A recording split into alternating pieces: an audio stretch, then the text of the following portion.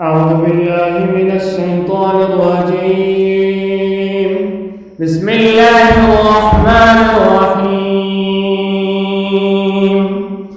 وإذ أخذ الله ميثاق النبيين لما آتيتكم من كتاب وحكمة ثم جاءكم رسول مصدق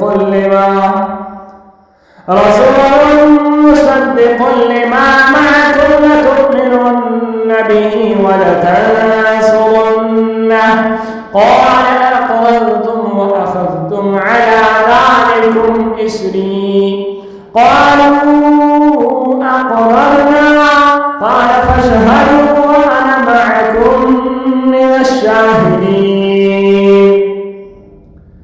فمن تولى بعد ذلك فأولئك هم الفاسقون. أفغير دين الله يبغون وله أسلم من في السماوات والأرض طوعا وكرها وإليه يرجعون. قل آمنا بالله وما أنزل علينا وما أنزل على إبراهيم وإسماعيل وإسحاق ويعقوب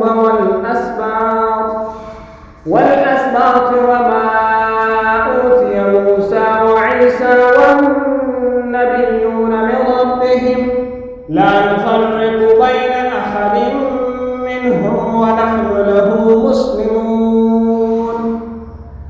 ومن يبتغ غير الإسلام دينا فلن يقبل منه وهو في الآخرة من الخاسرين. كيف يهدي الله قوما كفروا بعد إيمانهم وشهدوا أن الرسول حق وجاءهم البينات والله لا يهدي القوم الظالمين.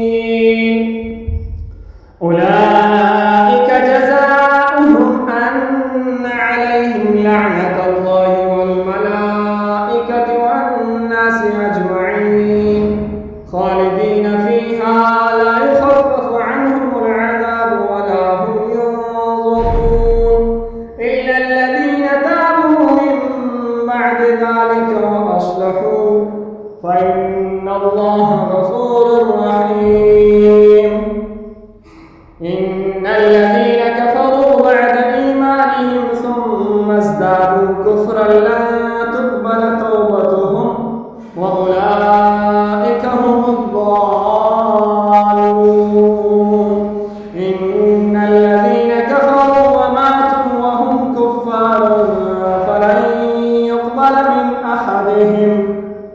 من أحدهم ملء الأرض ذهبا ولو افتدى به أولئك لهم عذاب أليم وما لهم من ناصرين. صدق الله العظيم.